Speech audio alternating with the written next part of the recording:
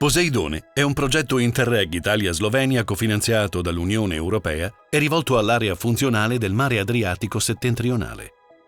Ha l'obiettivo di promuovere lo sviluppo locale favorendo la tutela della natura, il potenziamento di infrastrutture verdi e blu nei siti Natura 2000 e di favorire la biodiversità per il miglioramento del paesaggio, la tutela delle specie autoctone e la diffusione della conoscenza.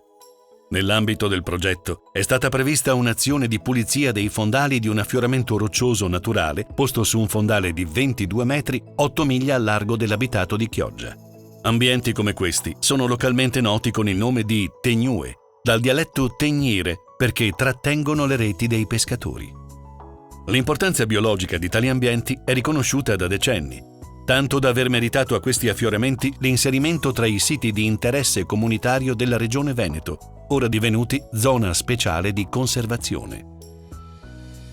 Un'equipe di diversi attori, tra i quali il nucleo sommozzatori della Polizia di Stato della Questura di Venezia, Laguna Project e Idra, hanno operato sotto il coordinamento della Direzione Turismo della Regione Veneto.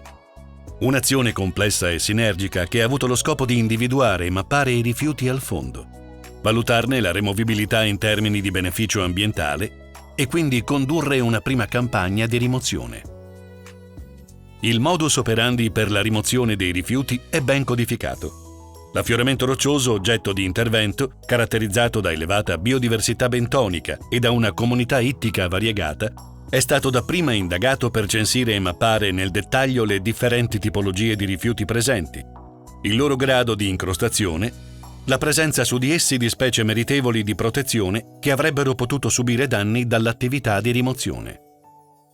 Nell'estate 2024, poi, ha avuto luogo la prima campagna di pulizia, a cui ne farà seguito una seconda nel 2025.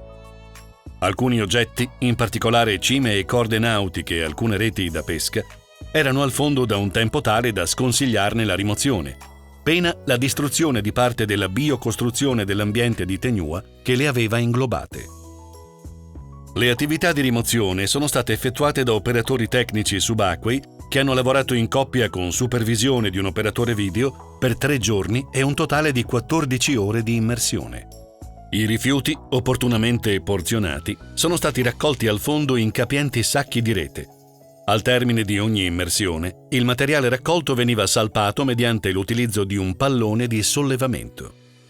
Issati a bordo, i materiali sono stati categorizzati, pesati e una volta giunti al porto, avviati al corretto smaltimento con il supporto di Veritas e autorità portuale. Sono stati rimossi 250 kg di rifiuti di vario genere per un totale di 134 diversi oggetti. Ognuno di essi è stato collegato a delle categorie generiche di provenienza, tra le quali spiccano in termini di peso quelli derivanti dalla pesca, sia professionale sia sportiva, e dalla nautica in generale. Non mancano tuttavia rifiuti di probabile origine terrestre.